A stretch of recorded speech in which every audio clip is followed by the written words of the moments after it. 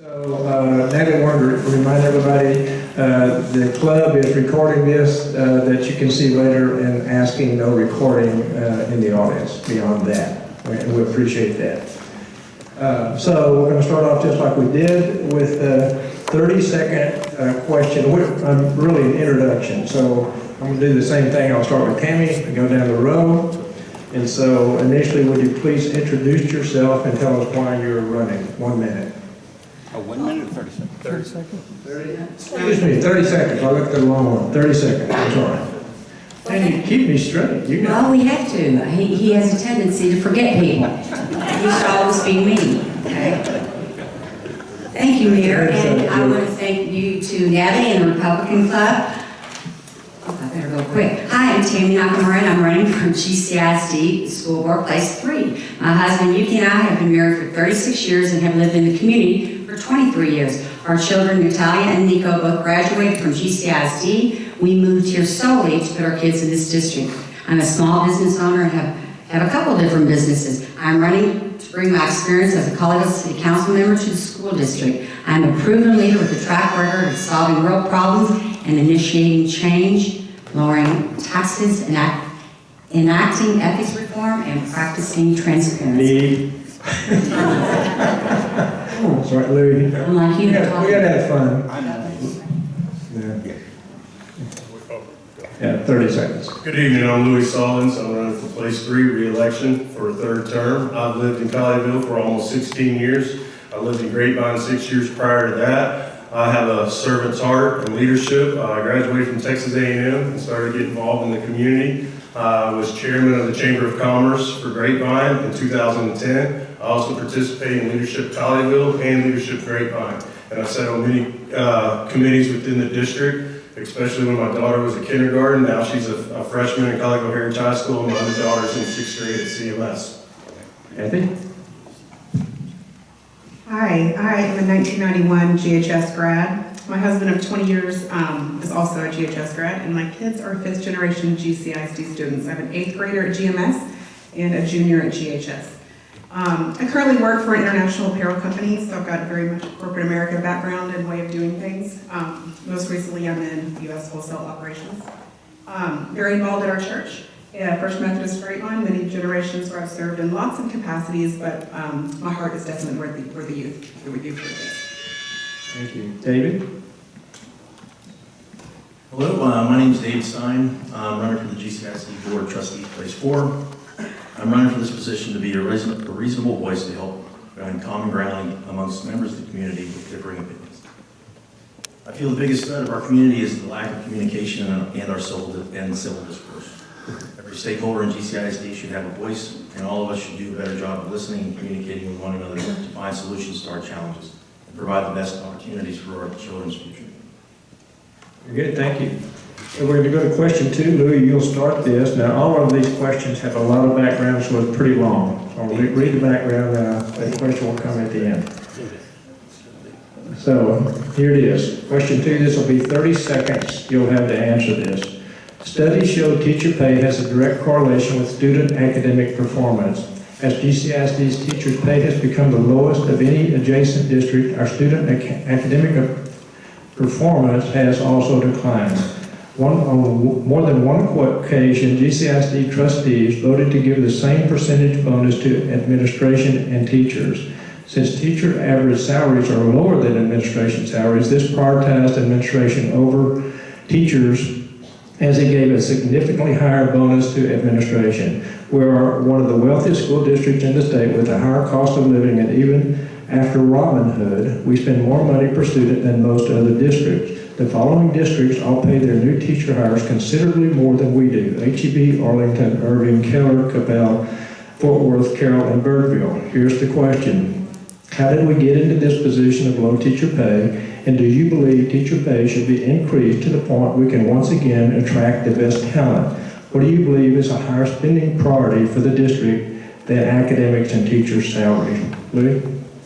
I have never voted against a pay raise for the teachers. I've always voted for it, and actually here a couple of months ago, I tabled the motion because it was only going to include teachers, nurses, and librarians.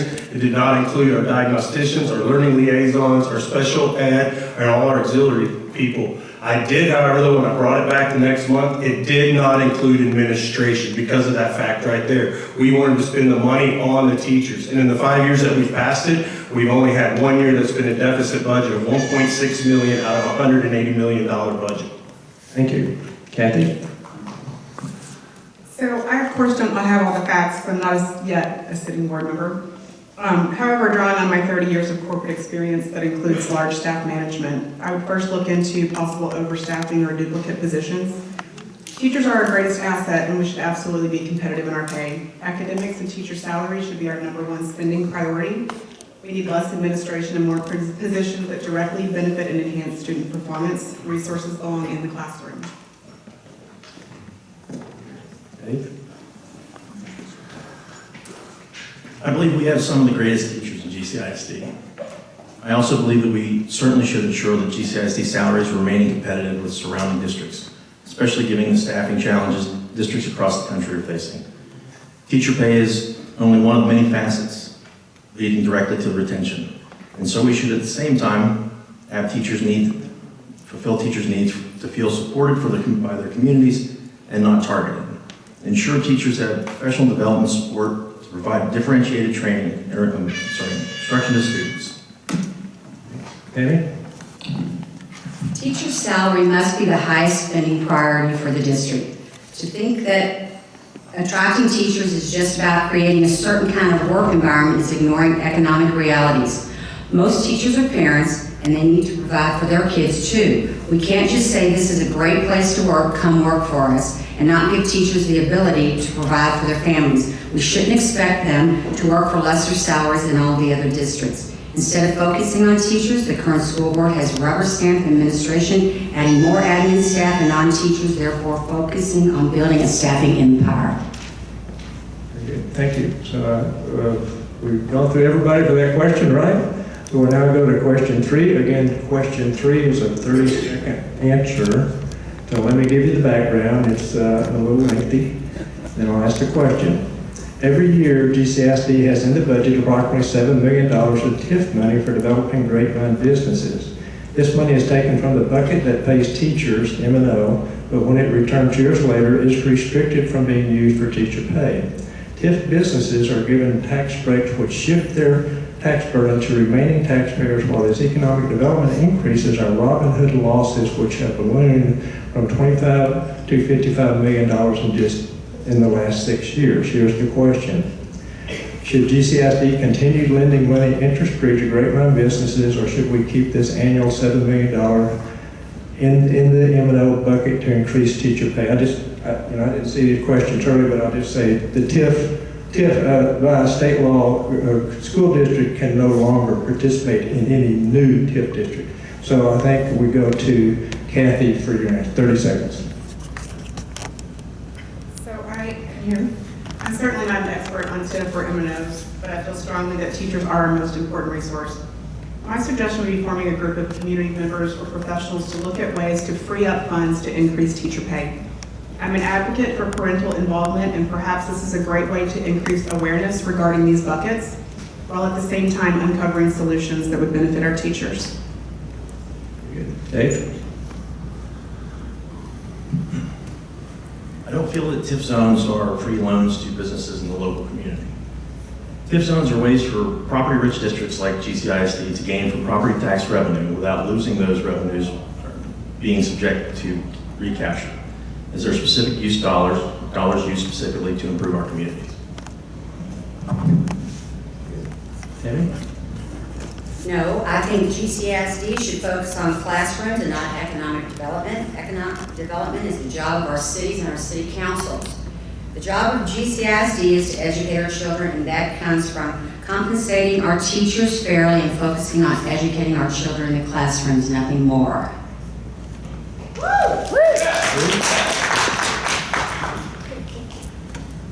The question's actually inaccurate, and so is your information regarding on the $7 million, because of the $7 million TIF is 2 TIFs. One TIF between Grapevine, so the city of Grapevine and GCISD get $3.4 $4 million a year. And of that, 44%, $1.5 million comes back to GCISD. The city of Colleyville and the TIF that we have with them is $3.9 million, and only 26% or $1 million comes back to GCISD. And as Mayor Newton said, no TIFs have been allowed since 1999 between the school district and the state per the tax code 311.0125A.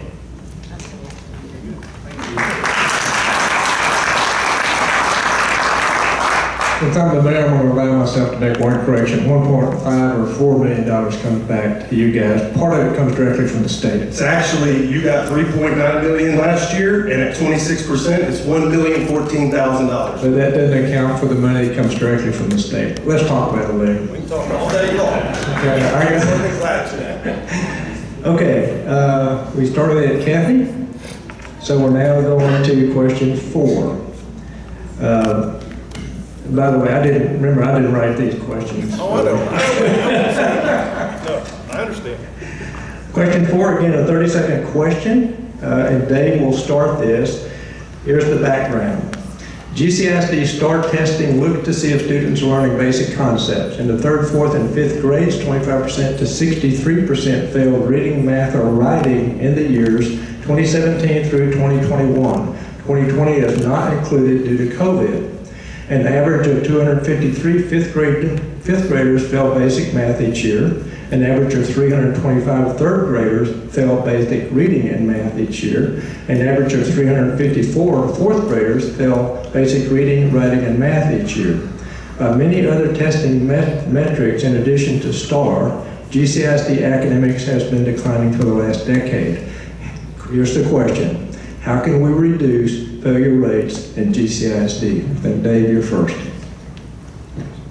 We have one of the highest college, career, military readiness, and graduation scores in the state. It's 95 scale score. Meaning that even the students that are struggling early in their academic career are amazing because of our amazing teachers, staff, and resources. We catch those students up that are excelling when they leave GCISD prepared to succeed in the college career in their life. Thank you, Tammy.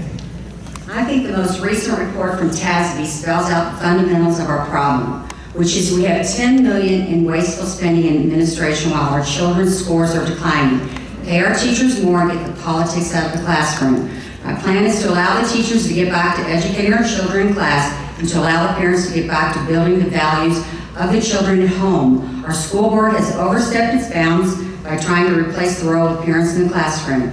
The role of GCISD is to educate the children. We must get back to the teachers focusing on academics and drop anything else that distracts them.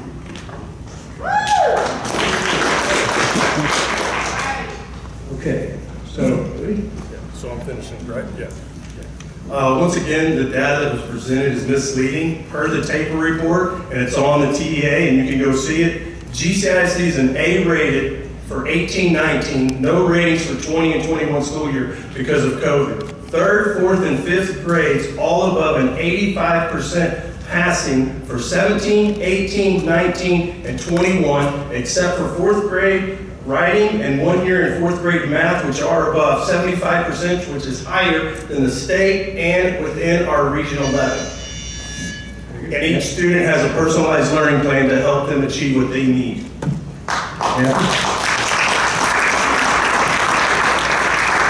So our priority as an ISD is to provide students with the opportunities and resources to be successful academically.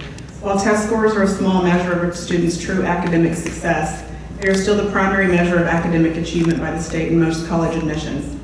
An obvious gap is happening right now in our test scores. I'm sure this is not the excellence we want for our students. We need to use available data to identify specific learning losses and provide swift support. very good, thank you. So now we're going to go to a lightning round, and there's a lot of questions, and then after the lightning round, there's 3 more questions, and then closing. So the lightning round, just so everybody knows, a lot of questions. There's like 32 questions. And so I'm going to go through these quickly, and you know the drill. Or 32? A lot. Yeah. A lot.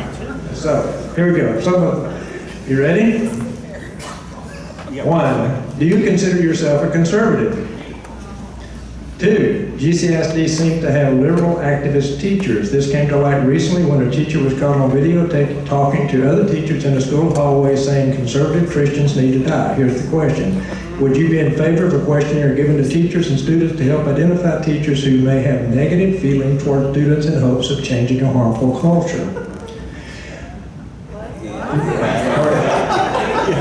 I'll repeat the question. Would you be in favor of a questionnaire given to teachers and students to help identify teachers who may have negative feelings toward students in hopes of changing a harmful culture?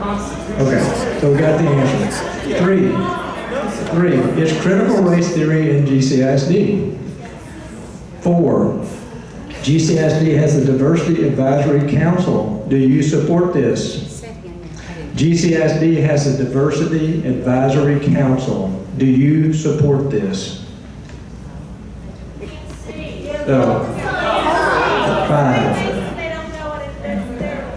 5. Do you think it was appropriate for former Colleyville Heritage Principal James Whitfield, current CHH liaison Ashley White, and current Bridges Principal Jessica Ramos to train GCIS teachers about white privilege, gender privilege, and Christian privilege?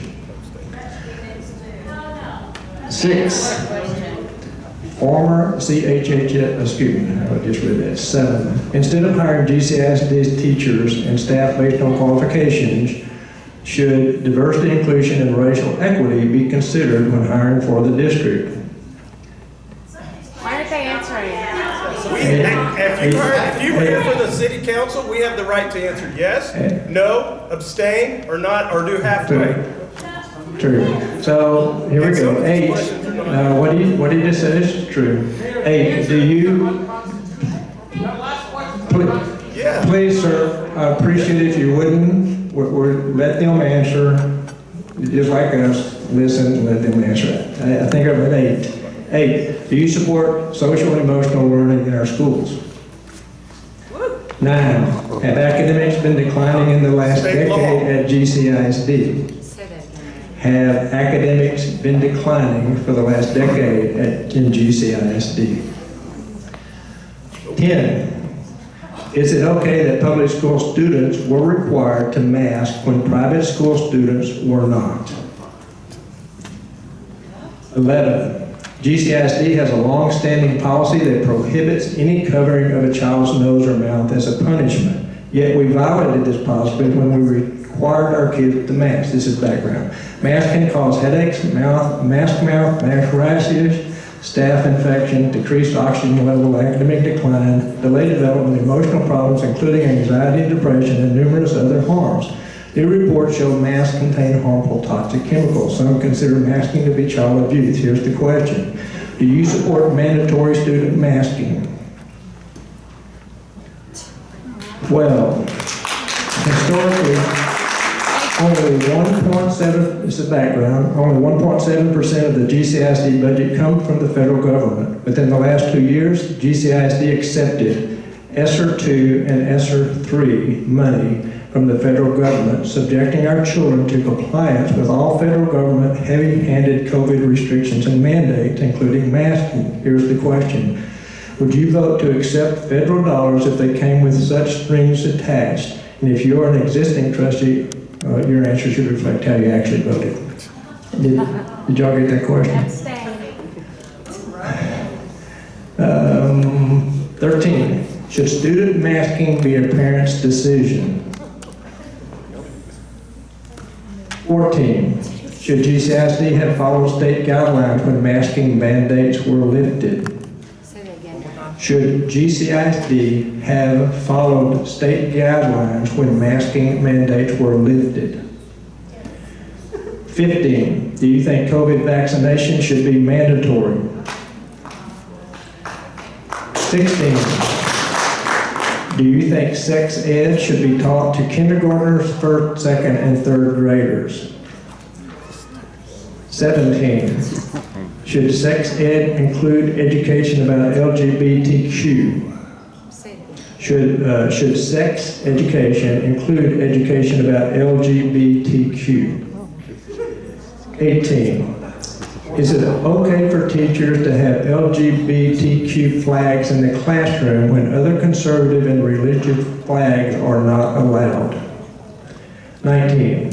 Is there value in providing pornographic material to minors in our school? 20. Here's some background, then a question. It is illegal to distribute pornographic material to children. There's a loophole in the law that allows school libraries to carry pornographic material and make it accessible to minors. Here's the question.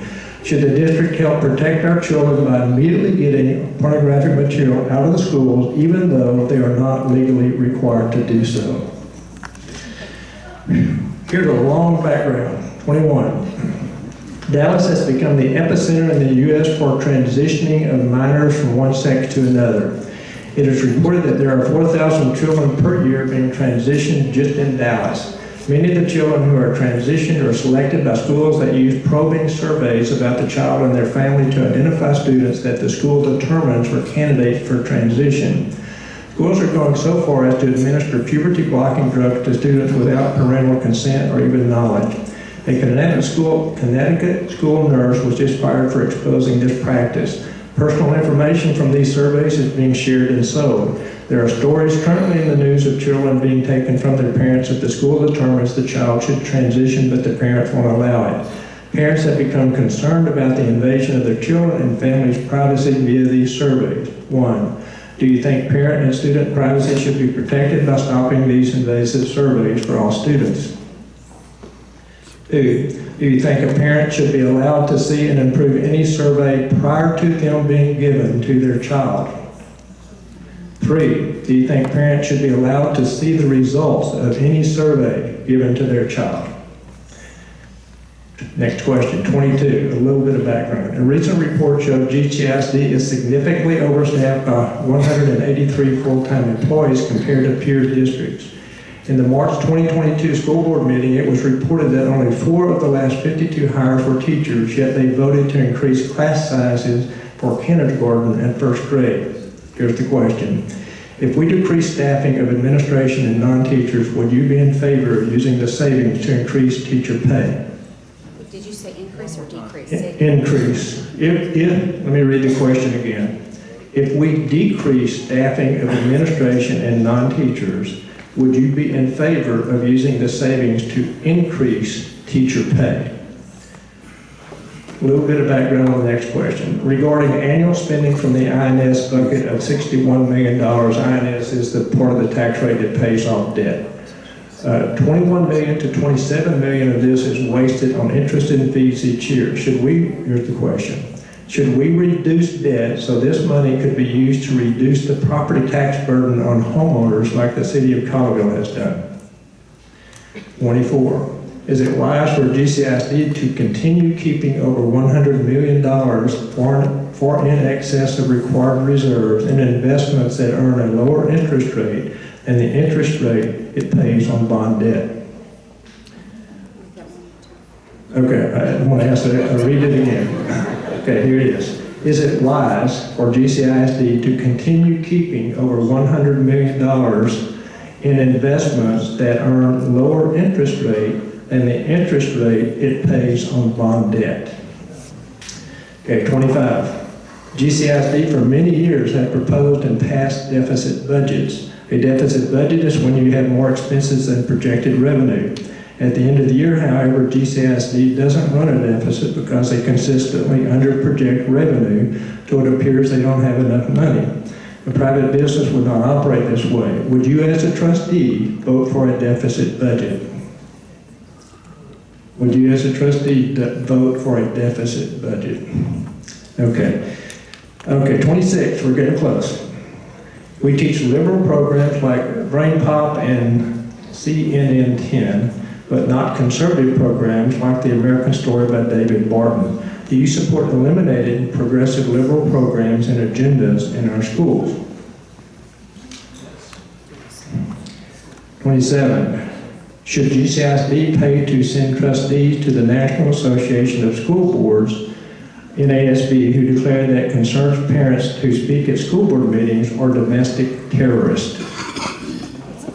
Should GCISD pay to send trustees to the National Association of School Boards who declare that concerned citizens who speak at school board meetings are domestic terrorists?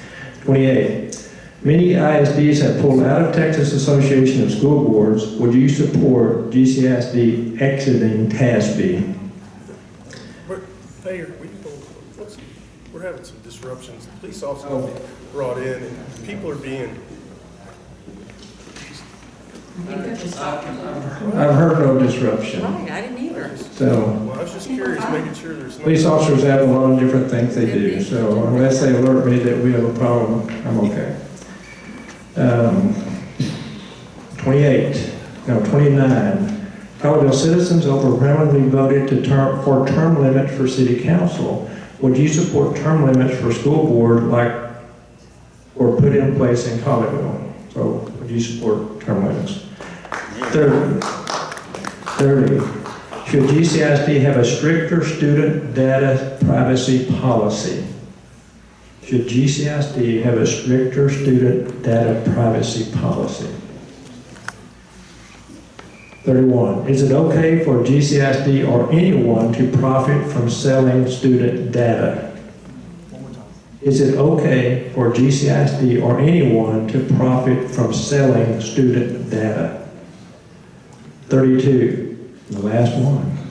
Is it okay to make data technology firms a school partner, thereby granting them unrestricted access to data about students and their families? Okay, a lot of questions. Thanks for bearing through this.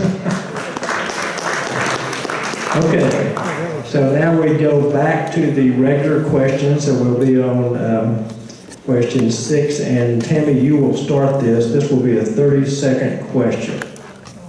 Here's the background and then a question. In a recent school board meeting, there was confusion about who would make the decision to lift COVID restrictions. Some seem to think these decisions should be made by GCISD staff and the superintendent. Here's the question. Should trustees make important decisions like student masking, COVID restrictions, and school shutdowns? 30 seconds. Tammy. Yes, trustees should be included in the decision. Statutorily, the superintendent can make these calls, but these decisions have such an impact on the community that the superintendent should refer to our school board due to their impact.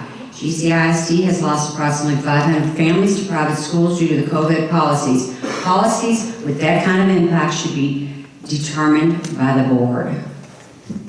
Louis? By state law, the school board has 5 mandates: adopt goals, priorities, and monitor success, adopt policies and review effectiveness, adopt a budget and set a tax rate, communicate with the community, which we're doing here tonight, hire and evaluate the superintendent. In doing so, we hire the superintendent to run day-to-day operations. If issues come up, the board will meet with them and with the superintendent to address it. We do not micromanage. TEA, Texas Education Agency, can, has, and will come in and take over the board if the board oversteps their 5 mandates. And it has been done. Kathy? Trustees should have a voice in decisions such as masking, COVID restrictions, and school shutdowns. I also strongly believe in parental choice, letting parents choose to mask, go on field trips, go into the classroom, etc. Dave? Trustees should make decisions that are anchored in board policy, budgetary considerations, hiring and firing the superintendent, and issues of fraud, waste, and abuse. Decisions about making COVID restrictions and school shutdowns should be made after considering the best available information from CDC, TEA, and Tarrant County Public Health in consultation with the district superintendent. Thank you. So we'll now go to question 7. Louis, you will be the first to answer on this. It'll be 30 seconds. Here's the background, then there will be a question. Our community is deeply concerned about critical race theory being taught in the classroom. We were told it is not, but through open records requests, parents have found it absolutely is being taught in our schools, although it is often rebranded with other names. Here's the question. How can we be sure harmful curriculum that teaches racism or hatred or others due to their race, religious beliefs, or heritage is not being taught to our children? Louis? TEKS, Texas Essential Knowledge and Skills, is approved statewide and elected by state officials. TEAS does not teach CRT. It's actually against the law. And if someone were to teach it, the principal and the superintendent would meet with that individual and address it. The classroom is not a place to push individual politics, and it's not a place where I want any student or anybody to feel inferior. And also there's been concerns around social emotional, and that's CRT. Actually, social emotional learning is not CRT. House Bill 18, State Bill 11 combined passed 319 to 31 to allow this instruction and support for our students. Kathy? CRT and political bias has no place in our schools. We're in danger of losing sight of what the purpose of school is, which is to ensure that educational excellence is available to all students. We need to put aside political differences and get to the job ahead, which is academic improvement. There's evidence that CRT has been found in classrooms, so I suggest very clear lines be drawn so that these views do not belong in our schools. That being said, I truly feel that the vast majority of teachers only want to teach our kids and be encouragers to help them be successful. We are very lucky parents to have such amazing teachers in our district. Dave? CRT has been outlawed by the state legislature and our governor, and it's not a part of our official curriculum. The issues in the question that get the most attention revolve around supplemental materials being used by teachers to augment lessons, and generally, this is exactly what we want our teachers to do, to use skills and talents. But in some cases, that may make certain parents feel uncomfortable. This could be an example of lack of resources being provided to the teachers for purposes of instruction, and we can all work together to ensure that all our teachers have the resources they need to teach the state standards they are so expertly trained to do. This curriculum concern should be the highest priority of the board. It blows my mind that the incumbent has sat by over the last few years and watched this come into our schools and has said nothing. This issue is why I'm running. I vow that I will work with the current board members that want to get this out of our district. I've heard from more parents than you can imagine that have many concerns on the way our school district is trending. Their concerns are valid, and we're risking losing more students if we continue to elect board members that are leading us down this harmful path. Thank you. Okay, we're going to the last question, and there's a lot of background I'm going to read before I get to the question. So, here's the background. Some claim GCISD administration and the PTSA are not politicized yet. GCISD administration required students in schools throughout the district to watch Obama's inauguration and did not allow students in class to watch Trump's inauguration. At GHS, a student Marxist club was founded while a student conservative club at CHHS was unable to find a teacher sponsor. Teachers were asked to wear purple wristbands by administration and trustees to remind them to block vote. This district sent a link to a site for teachers to see how to block vote. The site endorsed nearly all liberal Democrat candidates. This act was so blatantly biased that the Texas Attorney General ruled against GCISD. Within the past month, a flyer was put in the PTSA member packets at a PTSA event that promoted a local left-leaning political group. The former school board trustee who was responsible had to issue an apology. GCISD made national news recently when a group of teachers were in a discussion in a school hallway in front of students that was caught on video where one said conservative Christians need to die. Here's the question. Why does this liberal political bias keep showing up in our schools, and would you take steps to address it? I believe we're to you, Dave. There's no room in our schools for teachers to institute their own ideology on our students. Good answer. Thank you. Short and sweet. Those are good answers. Good short answers. Tammy. Again, the incumbent has stood by and watched this as each of the examples you just listed infiltrated our schools, and he has done nothing. He said CRT is not in our schools in direct contradiction to the evidence. He is either in agreement of this bias or unable to do anything about it. And as I stated in my last answer, I will work with the current board members to make the needed changes to get the politics out of our schools. We need to restore a healthy district culture for our kids and community. Change comes from the top.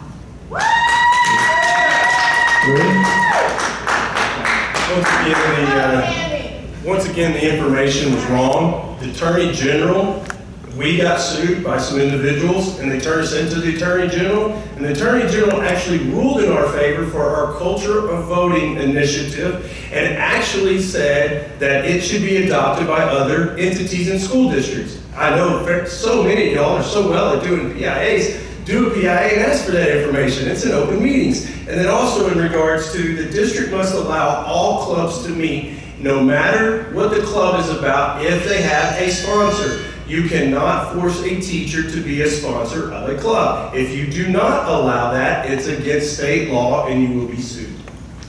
Kathy? Well, I think all of that is a distraction from what we are supposed to be doing here, which is academics. Political bias has no place in our schools. That's, at the end of the day, that's it. That's very good. Thank you.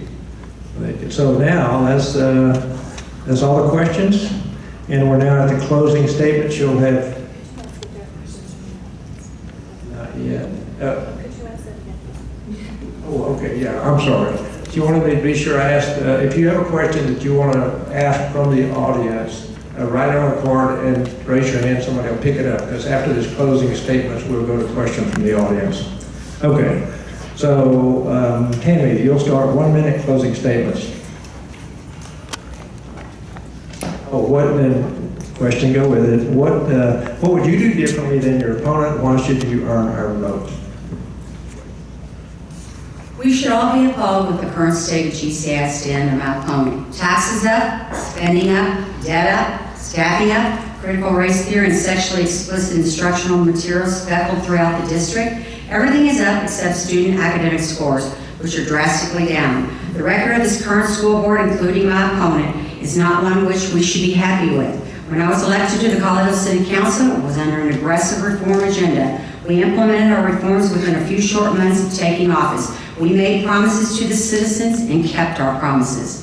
Likewise, I'm running for school board on an aggressive agenda. We must remove CRT, obscene materials, and political bias from our schools now, not years from now. We must restore some fiscal sanity to the district. This is my agenda. I am making you a promise we are going to raise scores by removing harmful practices from our district and getting back to educating our children. If you agree with this agenda, I ask for your support, your vote, and your endorsement. My family and I are GCISD proud. Good. Go,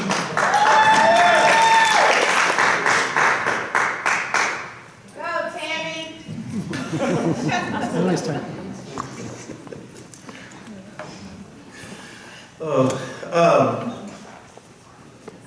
Look, I've been doing this for a while, and I enjoy it. I have a freshman at high school that started out in kindergarten here, and I have a sixth grader, and I got involved with Watchdogs, and I enjoy what I do, and I spend a lot of time on the campuses and visiting with the teachers, and pay is an issue. I want to pay teachers more, but unlike a city revenue from a sales tax, we don't get to control all of our funding. We take in tax dollars or property tax, and we just send it back to the state, and then they give us an allotment. And we have performed higher than academically than districts that pay their teachers higher.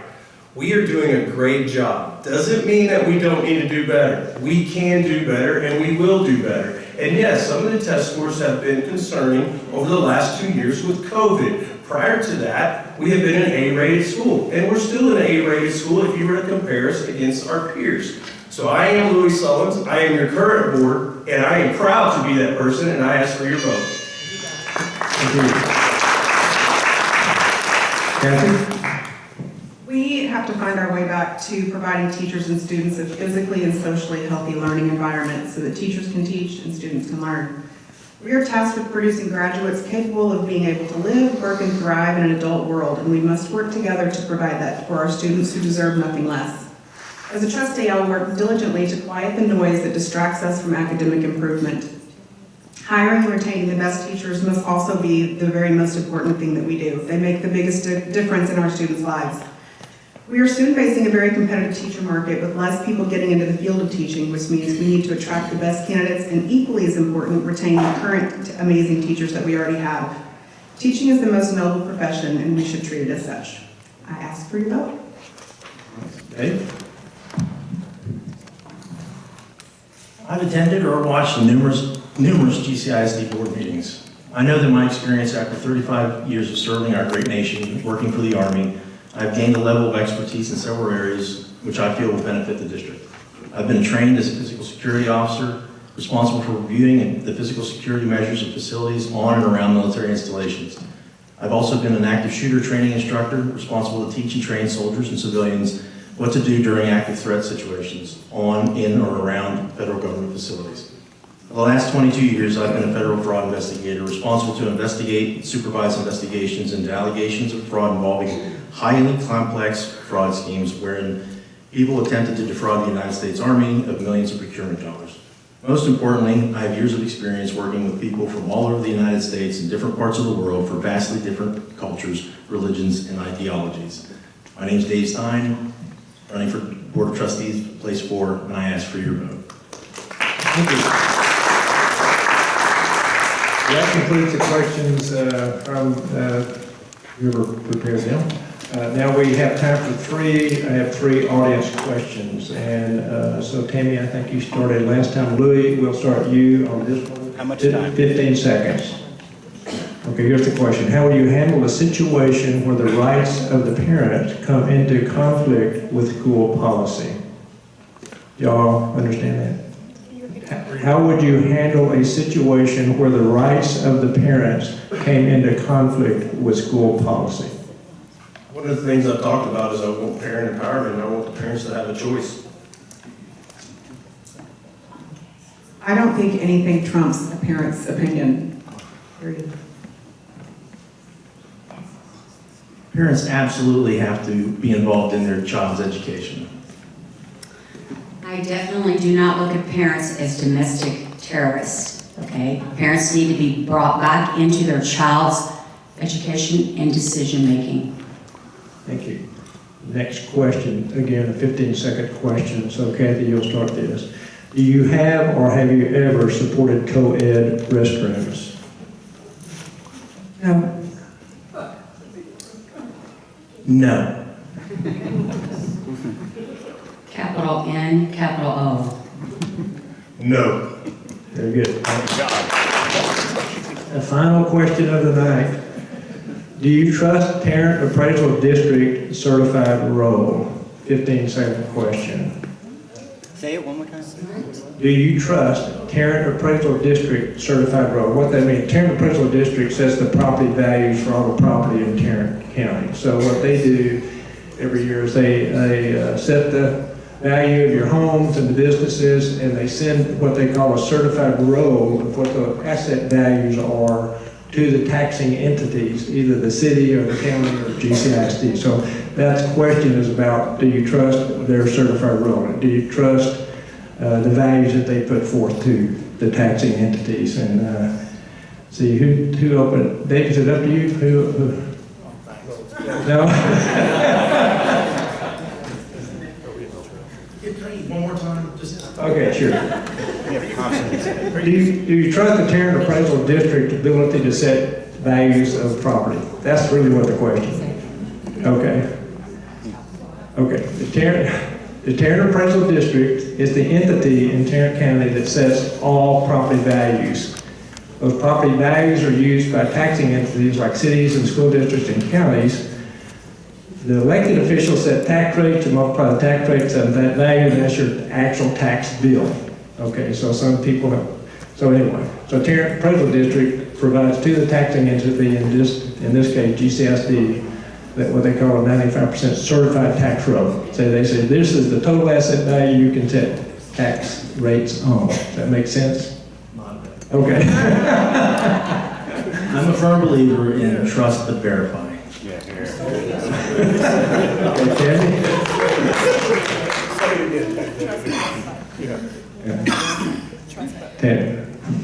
At this point, I mean, can I hold up this right at this point? Because there's a lot more to that question than is on that card. So, you know, I'm not going to sit here and say I don't trust them, but, you know, I think that's why you go in front of them and ask them to, right.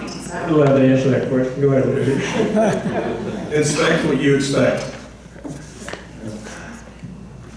I think everybody has the right to investigate anything at any point. Very good. Also trust but verify. Ta-da! I think you survived a lot of questions, so thank you guys for being here.